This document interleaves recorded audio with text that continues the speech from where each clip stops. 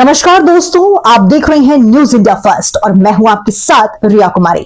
चलिए सबसे पहले नजर डालते हैं आज की बड़ी खबरों पर जो सीधे आपके सरोकार से जुड़ी हुई है।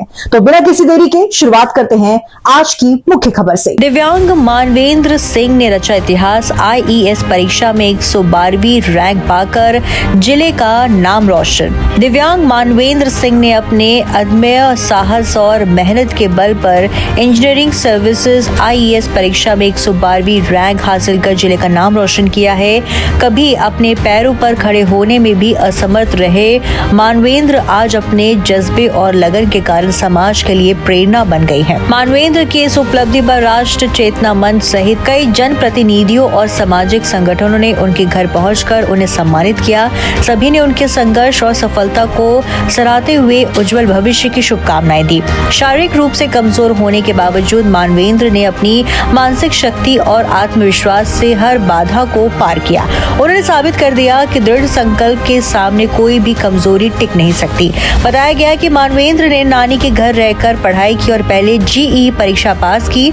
इसके बाद उन्होंने IIT पटना से BTech किया, जहां से पढ़ाई के दौरान ही IAS परीक्षा की तैयारी शुरू की। मानवेंद्र के पिता मनोज कुमार का पहले ही निधन हो चुका है, जबकि उनकी मां एक निजी स्कूल में प्रिंसिपल के पद पर कार्यरत है। कठिन पारिवारिक परिस्थितियों और शारीरिक चुनौतियों के बावजूद मानवेंद्र ने जो मुकाम हासिल किया है वो हजारों युवाओं के लिए प्रेरणा स्रोत बन गया है। बुलंदशहर से धर्मेंद्र निगम की खास रिपोर्ट। मानवेंद्र, कैसा लग रहा है परिवार के साथ खुशियां मनाना? बहुत अच्छा, बहुत बढ़िया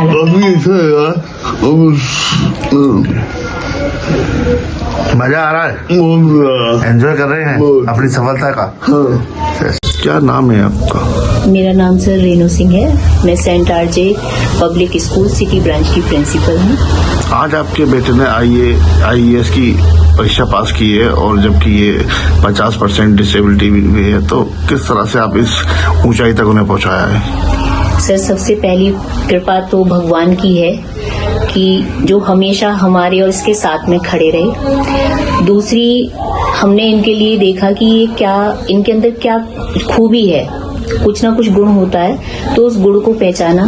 तो ये बहुत इंटेलिजेंट थे, इनका IQ लेवल बहुत हाई था, तो हमने उसी को प्रेज करना शुरू करा। इनका ट्रीटमेंट 6 महीने के थे तब से चलता रहा। जहाँ जिसने बता दिया, पूजा पाठ, आयुर्वेदिक, फिजियोथेरेपी, अलग अलग तरह की थेरेपी भी हमने कराई। डॉक्टर गंगा दादू से भी इनका ट्रीटमेंट चला, लेकिन शारीरिक रूप से हमें कहीं सफलता नहीं मिली। लेकिन मानसिक रूप पे इनका बहुत अच्छा रहा। ये जहाँ भी गए इन्होंने हर जगह पर अपने इंटेलिजेंसी का एक सबूत दिया। चाहे वो 10th की बोर्ड की परीक्षा थी, 12th का रिजल्ट में भी इन्होंने, टॉपर तो नहीं थे, लेकिन उन्होंने हमसे ये कहा, हमने कहा बेटा आप तो बहुत अच्छे हो, तो ये ऐसे कैसे? तो उन्होंने हमसे कहा मम्मा बस 1 महीना वेट करिए आप और उसके बाद देखना।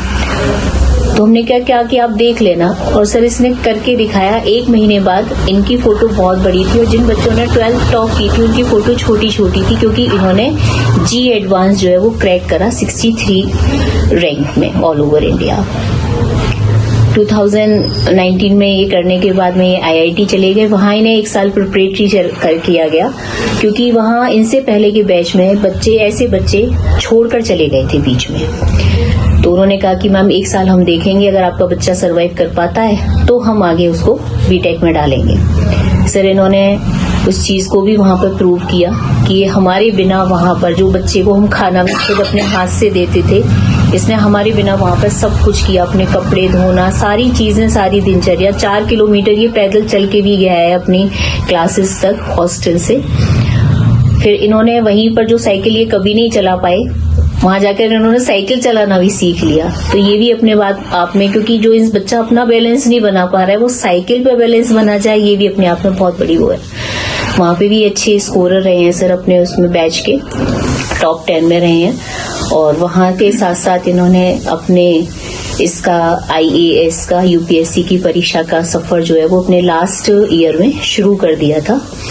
फिर 2024 में इन्होंने BTech कंप्लीट करी और साथ ही साथ में यहाँ पर तैयारी शुरू करी और आज 2025 में ये एक IES ऑफिसर है। सर मेरी इसका श्रेय आपका श्रेय जो इनमें कौन सहयोगी रहेगा इनकी पूरी सफलता के सर पहली तो भगवान की कृपा, दूसरे मेरे माता पिता ने जो इनको फिजिकली खड़ा किया है वो सारा का सारा क्रेडिट मैं अपने माता पिता को देना चाहूंगी।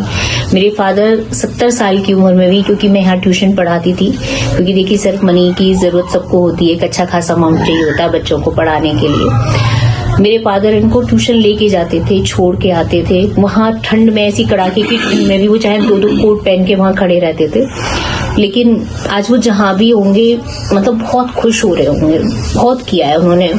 आज मैं अगर प्रिंसिपल हूँ, मेरा बेटा आज यहाँ है, तो सर उसका पूरा का पूरा श्रेय मेरे माता पिता। अगर हम बात करें इस तरह के बच्चे जो होते हैं उनके घर वाले अक्सर हार मान जाते हैं, तो उसके लिए क्या मैसेज? नहीं सर, देखिए हमें नहीं पता कि हमारा कौन सा पुराने जन्म का प्रारब्ध है जो इस तरीके से सामने आया है, क्या हुआ है, लेकिन कहते हैं ना कि किसी भी चीज से हार नहीं माननी चाहिए, क्योंकि हार मान के बैठना इंसान का काम नहीं है।